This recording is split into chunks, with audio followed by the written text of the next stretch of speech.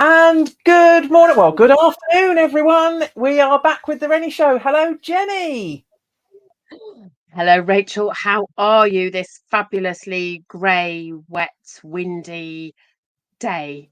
Yeah, the weather is a bit on the wet side, isn't it? All good other than the weather, it has to be said. Shame that it's not very exciting to be outside. Much happier staying warm inside. But really good. Still buzzing from our last episode when we had Taz Thornton in conversation with us. So, yeah, raring to go. How are you? Yes, also buzzing. There's been quite a few kind of knock-on actions from our conversation with Taz, hasn't there? So that's Absolutely. Yeah. exciting. So things. I think that's Taz set a precedent for our guests. Is that Yes. we really love it when actions come out of the conversations that we have. So Absolutely. Yeah. Definite food for thought there. We will have news coming very soon, won't we, of who our other guests are going to be, but we're talking to some very exciting people and getting them slotted in the diary to do episodes with us. So more news to come soon on that. And as always, you know us, if you're a regular listener, we're nothing if not honest. We are pre-recording this episode because on the day we will both be at the wonderful Fab Business Club face-to-face networking meeting, second birthday party celebration for the Fab Network. So we're pre-recording this because we'll be having too much fun, I'm afraid, to join you live on the actual day. So we'll just pretend that it's actually Wednesday, the 13th of March right now. So let's go straight into the questions then. So my first question for you, Jenny, and I will just pull it up on the screen. Oh, if it doesn't disappear, that is ego a positive or a negative thing, and why? I'm having lots of discussions around this lately, so I'm interested to know your thoughts. Well, the first thing to say is that we all have one, don't we? We all have Absolutely. an ego. And like anything, any facet of our personality, I think there are positives and there are negatives to both. So it swings and roundabouts, dark and light. And I think the thing about an ego is the positive side of ego is that it helps you, I believe, ground who you are, and Yes. it helps you believe in your strengths and who you are and how you want to show up in the world. So ego in and of itself is, I would argue, a positive thing. However, when ego means that you think that somehow the talents and the brilliance that you possess makes you better than, more valuable than, more important than another human being, that's when ego gets in the way. And we could probably have a whole conversation, a whole program on ego. But I feel that that's it in a nutshell. And as ever, when you are self-aware enough to know the difference between when it's your ego talking and being top dog and your heart, soul, gut talking, I think that's where you can, that's the differentiating point. Yeah, definitely. And I think this is something that's so useful for people to be aware of, because I think I've had a number of discussions with clients recently around the fact that when we think of the word ego or egotistical, it's quite normal due to our conditioning to have a certain expectation of what that means.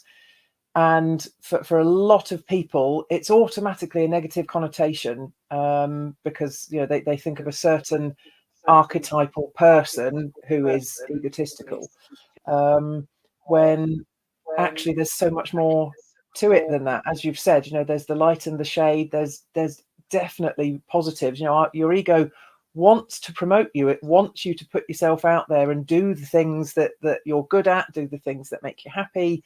There's lots of positive aspects. So it's as you've said, it's that self-awareness bit around that of learning. There's a real benefit in learning about ego and what it can do for you, and having the enough self-awareness to know when you're perhaps taking it too far and starting to think that you're better than, and the whole comparison thing with other people. So yeah, I think it's a fascinating topic. I think we sometimes arrogance is often associated with ego, isn't it? Yes. And it isn't. It often goes hand in hand, but that's only if ego takes arrogance's hand, Yes. then they become a couple. But ego can choose not to be arrogant. You can still be, your ego can be humble. And I think that makes a big difference, isn't it? And it's funny, I've had a number of conversations this week about that dark and light, and how we need to get rid of the dark. We need to solve it. We need to fix it. We need to make it disappear. And my argument is actually, no, we don't. We need to own. We need to own the dark, because without dark, you can't have the sparkle. Brilliance needs dark and light to really sparkle. You need both. So it's not about getting rid of the dark. No. It's about owning it, understanding it, and working with it so that it isn't detrimental. Yeah, absolutely. Funny old thing, we're on the same page on this one, I think, Jenny. No surprise there then, Rach. Okay, so time for your first question for me then. What I love about my first question is that it absolutely encapsulates our kind of strap line, is that we talk about anything, from what do we say? Brilliant. Socks and self-belief. Yeah, all of that. So mine is going back to the weather, because we're terribly British, so we'll go back to the weather. And my question is, what's your favourite thing to do when it's raining outside? It's easy to get a bit, isn't it? So what's your favourite thing to do when the weather is rainy, grey and miserable? Right. Interesting. Now, there's a couple of different ways to answer that. And the first thing that comes to mind is that I'll caveat it with, as long as I'm prepared and protected against the weather, then going outside and jumping in some puddles with the kids would probably be my answer, because I think there's something wonderful about that. We've talked about ego, and obviously one of the ego states is kind of child ego, and it's bringing out that child, which I think is something perhaps quite a few of us don't do often enough. And so, yeah, I love the notion of bringing out the inner child, and that's something I've become much more comfortable with in recent years. If I'm walking the youngest to school, for example, and I don't know if it's raining and it's puddles, or if it's frost on the grass, any of those things where oh, did I disappear then? Sorry about that. I'm back. Then I think there's something wonderful about joining in with the childlike actions that come along with that. So if it's rain, it's jumping in the puddles. If it's frost, it's about tramping on the grass through the frost, and skipping along. Even if you think people might say you're an idiot, I don't care, because if it's fun and if it's a time that's enjoyed together, then what could possibly be wrong with that? That's lovely, isn't it? It's just, I agree with you, and it is such fun. I went to school in the Lake District, so there was plenty. I learned very early to make the most of the rain, and there is something incredibly freeing, isn't there? We used to have cloaks. We didn't used to have raincoats. We used to have big cloaks, like the Scottish widow. And your cloak was long enough to go over the top of your wellies. So, because and the hood was really big. And we used to spend many times being out on the tennis courts. You couldn't play tennis because it was pouring down with rain, but you could actually, swing round and stamp in the puddles. So I think that's a great that's a great story, isn't it? Yeah. And I also love snuggling. You know, it's a great opportunity to stay inside with a book. Oh, And definitely. I was talking with somebody the other day. It was a comment on LinkedIn actually, and they were saying that they didn't allow themselves to, you know, snuggle down with a book until Oh, the wow. evening because they Okay. felt that was a waste of the day. Whereas actually, if it's raining and miserable outside, and you think, "Mm, there's nothing more, there's nothing better, is there, than a blanket and a good book, Yeah, and a nice cup of tea. a nice cup of tea." Yeah. Fantastic. Love it. Okay, right. So next question. So my next question for you is, what are your top tips for managing your time effectively when you're busy? Because I know, you know, we're both busy people, but I know, you know, you in particular, you do a lot of traveling to do your work. And, you know, that creates a lot of challenges, I imagine, in terms of managing your diary and managing your productivity. So what are your top tips for people around that? Oh, that's really hard. I think um, a lot of people with my personality preference, whether it's my whether it's my aunt preference or my perceiving preference in Myers-Briggs terms, Yeah, means that I have a lot. I have a lot of things on my computer and diaries and things to keep me on track. yeah, The honest and absolutely vulnerable answer is I'm not great at it. So it's an ongoing slog for me.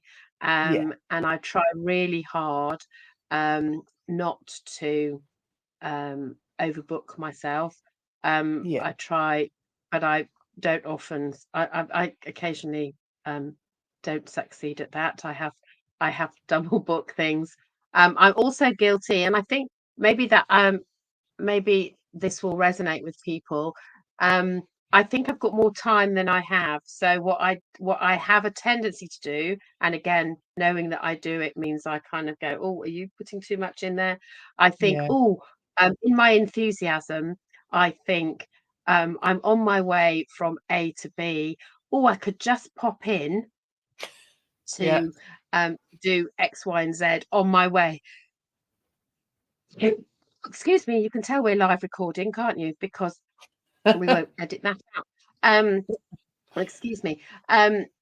So my natural tendency is to squeeze extra things in. So my top tip, um, rather like agendas on meetings, is Yeah, to less is more. So actually, I really have to hold myself and go, no, I can't fit that in then. Um, you know, I tend to block my day into mornings and afternoons, yeah, and those are my big block. So, you know, and then underneath that, I've got my appointments. So I have a paper diary, I have my phone, and I have my laptop. Um, but I hands up, honest Injun, and all that.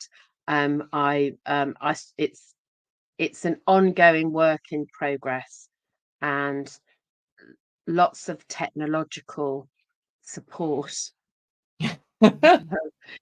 is required. yeah, yeah. And that resonates very much for me. I'm very much the same. I will also hold my hand up and say that this is not one of the things I'm the best at either. Um, have always been a paper diary kind of person, but a couple of years ago, I bit the bullet and started using an online calendar because it meant not only could people then book into my calendar, but I was able to take control of that calendar by putting, you know, all the recurring events in that happen on a regular basis. That all goes in first, you know, the commitments around the children, whatever it might be. And I'm less likely to double book myself, you know, which is something you've just mentioned as well. In terms of, do I overbook myself though? Sometimes, yes. I do have a tendency to put more things in than is sensible. And, you know, recently, I mean, in the last few years, I've become much, much better at having quite strict boundaries in terms of what I will say yes to. I say no a lot more than I ever used to, but, you know, in a positive way. And I was signed up to do a charity bike ride in May with a lovely friend, Fiona Munro. Hello, if you're listening. You know, raising money for 3 wonderful female cancer charities, and it just it became obvious to us that we'd actually bitten off more than we could chew in terms of having time to put all the bike ride training in place before the actual ride, because as any cyclist will know, if you don't spend the time in the saddle, you'll know about it. You know, you need to get the saddle ready. And so we had to take the difficult decision, which we didn't want to do, to defer it to next year's event instead. But actually, once we'd made that decision, the weight lifted, because, you know, whilst it had seemed a good idea at the time when we booked it months and months ago, the reality was that it was just too much on top of all the other things that we were doing as well. So, you know, my top tip, you know, in line with what you're saying, really, is about try and be cognizant of how much you're actually booking into the diary. Just because it fits doesn't mean it's a good idea. So having those boundaries around what you're prepared to commit to is really important. And I think you also make an additional really important point, Rachel. It's not just the thing. Yeah. It's the preparation involved in getting ready for the thing. Absolutely. And quite often, I think also clients forget that when you're when you are when they're booking you for a session, for example, you know, most of us don't just rock up. You know, there's all the prep, there's the reading around, there's the preparation, there's the practicing, there's the rehearsal, there's all the stuff that goes on behind the scenes to make it look easy when you're doing it. So it's remembering all of the other detail behind what goes on, isn't there? When you're doing things. So absolutely, clarity is kind, I think. Being really clear about what you need and when you need it is really important. Yeah. Definitely. Okay, fabulous. So what's your next question for me? Well, my next question is, what do you think are the top leadership development priorities for this year? Ooh. Okay. Do you want to repeat that? What do you think are the top leadership development priorities for 2024? Okay. So I'm asking. Sorry, go ahead. I say I'm asking because Forbes have just released their report into this and a lot more. So I'm interesting. Curious, okay, so I'm sure you'll have. Yeah, I'm sure you'll have some feedback from that report then. So whilst I haven't seen the report, the immediate thing that springs to mind is about management of, you know, the new world that we're in, and people's priorities in terms of hybrid working, whether they want to be in the office. I actually heard an interesting term, which has apparently become rather popular in the corporate world of late, where people who work, you know, Tuesday, Wednesday and Thursday in the office, but they work from home Monday and Friday. I can't say it on air because it would constitute swearing, but if you think of the first letters of Tuesday, Wednesday and Thursday, that spells a word beginning with TW, T on the end and an A in the middle. So those people are referred to as that outrageous. word. Very outrageous. But I think, you know, whilst that's an amusing take on the whole situation, actually there's a lot more serious implications underneath that, because, you know, the world has changed in terms of what people are prepared to do, and the expectations that any leadership people have, or people in leadership roles, that's got to be a big factor for them these days in terms of managing that. I think it would be interesting to compare as well the youngest people coming into the workforce and how they feel about that, compared to people who are perhaps 50 plus and have been in the workforce for a long period of time, and to see how their priorities are different.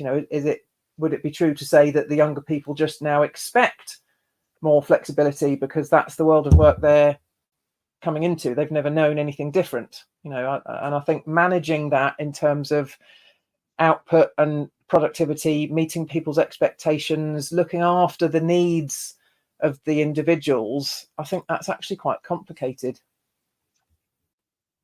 Absolutely right. And I think there are, so the top 5, Okay. out of the report, so I'm reading here, so this is new or updated programs, learning and development programs, is top.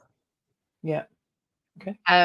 So whether that takes into consideration learning new skills about managing and leading, and working with new ways of working, Yeah. employee engagement. Yeah. I was really pleased that coaching was still a priority. So we it's that thing about, we know that coaching works when it's done proper, when it's done well. Yeah. We know it works. Measuring and data has it's like the new top 10, and return on investment. So evidence of your investment is becoming increasingly important to people. And again, I think that many businesses don't evaluate evidence of impact. They do that kind of, they do the measurement of, did you like the course? How did you love your e-learning? But they don't go on to the next levels of, what are you going to do differently as a result, and how will that impact the organization? So I think there's a whole I think we're ready for a workplace revolution, and we've talked about this before, haven't we? That we've rearranging the deck chairs a bit, and a lot of corporate situations after COVID kind of almost forgot all that they'd learned during COVID, and went back to suddenly go, oh, you've all got to be back in the office, we need to go back to how it was. And it's like, you can't go back, because people's experiences had changed so vastly during the pandemic. So I think there's a whole the development priorities and the skills that we need to manage that workplace revolution, even if it's a quiet revolution. I'm not sure that it needs to be quite so quiet, but I think it's a real opportunity for us to do things very, very differently, and stop just rearranging the deck chairs, and sometimes you have to chuck them out and start again. Definitely makes a lot of sense. That's interesting. I might take a look at that. I hadn't seen it, so I'll take a look. Oh, it's quite a juicy report. Yes. I bet. Okay, so my last question for you today is even, where is it? There it is. Can you give an example of how changing language in self-talk to something more affirming can make a difference? Yes, I think I can. So I've been reading a lot, just and I've worked with people who have been the victims of body shaming. And I think it's a very popular sport. And there's nothing more frustrating on social media, is there, that when people ask you, they send you a friend request. So they are essentially a stranger. They send you a friend request, and immediately they then tell you that they can help you lose weight, or they can help you do this, that, and the other. And it's really frustrating. So I have been all shapes and sizes during my journeys around the sun. Yeah, um, likewise. and there have been moments where I have not loved myself, Yeah, or the shape that I'm in, and it's very easy to beat yourself up and yeah, think that you are terrible, and fed by the judgment of other people. yeah, You have all of those things like, well, if you really wanted to lose weight, you'd do it. Fat people are just greedy. There's all sorts of really negative, horrible yeah, societal kind of things that feed into all that language around there, isn't there? yeah, yeah, Feed into that kind of body shaming. And so there are I have definitely been in that situation where I have told myself, that I'm too fat, too ugly, couldn't possibly be out there in the world, yeah, because people wouldn't hear what I had to say, because they yeah, would be too busy concentrating on the size of my waist, or the, I don't know, my double chin, or whatever it is that they yeah, and that can be so paralyzing, and soul I would describe it as soul shriveling. It's just awful. yeah, And so um when I when that kind of internal voice goes on, changing the language around, actually, this is who I am. yeah, um you know there are wobbly bits. I have um i I have cesarean scars. yeah, You know um they're part of who I am. um they aren't the total of who I am. And actually, this body has kept me going. It's served me yeah, well. It is who I am. And if I don't love it, how could I expect anybody else to? And absolutely. Yeah, actually, if I love all of me, it goes back to that light and dark. very Am I much. Yeah, as am I as fit and slim as I'd like to be? No. Have I made it a priority? Probably not, because I've been doing other things. So yeah, actually, it's that thing about, you do the best you can with what you've got. um you know i'm um I'm healthy. I'm yeah, sure there will be lots of people who listen to this and go, oh, but you could be a lot healthier. Yes, you're right, I'm not arguing yeah, with you. um but I think that the language that we use around, and I'm certainly one of those people who, when I get messages like, I could help you lose 3 stone by doing, I don't know, whatever it is. It's like, yeah. but I didn't ask you. No. And you didn't ask me if I needed your help. You just assumed. And that automatically, makes me kind of think, oh, because they don't know, they've taken no time to get to know me. So I think Yeah, anything that we do, and reclaiming brilliance, is so much more about yeah, flipping that self-talk, so that actually you talk positively to yourself about yes, yourself. Yes. And actually, mm, as you said at the beginning, it's making friends with your ego in the best possible way. yeah, yeah, Um, isn't it? It's the definitely. nicest, kindest version of your ego. It's like, what are all the things that that you are proud of, that you can do, rather than all the things that you can't.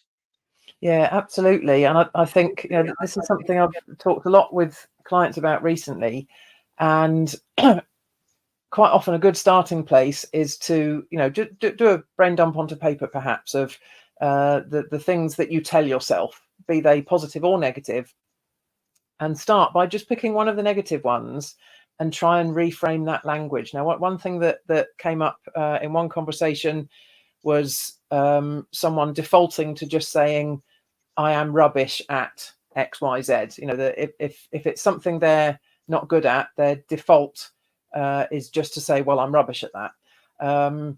And so, you know, an easy way to flip something like that is to say, well, I'm not skilled at that, but I can be, or I can learn, Yes. or I'm not skilled at that yet. You know, adding the word yet on to the end of something. Yet. Yeah. Yet, such a great word, isn't it? What a difference it can make. But I think for a lot of people, it's the fact that it does take some conscious thought to, you know, and that this comes back to self-awareness, doesn't it? It's having those proactive thoughts about changing the language that you're using to say, okay, well, that's really negative language. How can I turn that into something a bit more positive? It might not instantly change how good or effective I am at that given thing, you know, in the example of I am rubbish at X, but it will make a difference to the way you view yourself and view it. And it's okay. It's that acceptance, isn't it? It's okay to say, well, okay, I'm not skilled in that, but that's okay too. You know, maybe that's something I need to pay someone else to do, because if it's not my thing, you know, get someone else to help. So yeah, I think there's lots of ways we can use affirming language instead. I think one of the things to practice, and we can give this out as an invitation to people, is a great place to start is how you receive compliments. Oh yes. Because if you are in the habit of negative self-talk, it comes out really easily in compliments. So when somebody pays you a compliment, you bat it back. Yes. Immediately. So somebody says, you know, oh, I love what you're wearing, and you go, oh, this old thing, I've had it in the wardrobe, right? And you talk yourself down. So I think the thing is practicing both giving and receiving compliments is our invitation. Your task, should you choose to accept it for the next 2 weeks, tell us how you got on, is to change the way that you receive compliments. If you find it uncomfortable when somebody tells you you're fabulous, then all you have to do is say thank you. Yeah. And just that on its own will start that's it. Yeah. to change the language that those voices that in your head. Yeah, absolutely love that. Brilliant advice. Thank you. Right, so Ginny, it's your last question for me then. It is, and it's a cute one. I like this one. Oh. What do you most look forward to when the clocks go forward? Because it's coming, isn't it? It is. When the clocks go started forward. In America already. They're on daytime saving already in America. My son's so that's what made me think of it.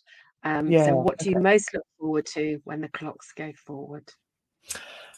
Oh, I mean, it has to be being lighter into the evenings. There's just something so nice as the weather gets a bit warmer and you can start sitting outside. I mean, obviously you wouldn't want to sit outside today, it's grey and wet, but being able to sit outside into the evening, whether that's in your own garden, whether you're in a beer garden, whether you've gone to visit someone else, there's just something so nice about sitting outside. And it's so good for us to be outside, isn't it? To breathe in the fresh air, not always to be stuck inside with the heating on constantly, which is does bad things for your skin and dries you out and all the rest of it. So I just think that the opportunity to be outside more when it just feels brighter and lighter is just lovely. I really do look forward to that. I'm guessing you might be a bit similar. Well, it's the early morning, so I'm an early bird. I do get up quite early, but I do love it when it's getting up in the daylight as opposed to getting up in the dark. That makes such a difference, doesn't it? And the other thing that I really look forward to is drying my washing outside. I love line dried washing. Call me old fashioned. I don't have a tumble dryer. So when it's winter and it's rainy like it is today, then it's drying washing can be a bit of a challenge. But I love the smell of washing that's been dried in the fresh air outside. Yeah, definitely. And I love how we defaulted, because we talked either in the last episode or the one before, I'm sure, about our favourite times of day, and how interesting that our answers absolutely reflected that, because you talked about being an early bird, and so getting up in the light is your favourite thing. I talked about being better later on, so my immediate thing was to say I like the lighter evenings. So yeah, we're nothing if not honest. And creatures of habit, good habits, mostly. Yeah, mostly. Yeah. Mostly. Fantastic. Well, that brings us to the end of today's show then. So if you are listening in, please do comment. You know how we always love to carry on the conversation. If you have any questions that you want to put to us for future episodes, please do get in touch. And like I said at the beginning, we've got some very exciting guests coming up. So we will announce more on that soon. But in the meantime, thank you very much for listening. And Jenny, I'm very much looking forward to seeing you in the flesh tomorrow. Well, today. By the time this is going out, it'll be today, won't it? Yes, we will be. When you're listening to this, Rachel and I will be fully engaged in birthday celebrations, and we do love a celebration. So we're looking forward to that. And we will see you in a couple of weeks, where we will have a very exciting guest joining us, won't we? Yes. So we will keep you in suspense. Look out for more news about who that will be. Fabulous. Right. Well, thank you for listening, and we will see you all soon. Bye-bye for now. Bye-bye.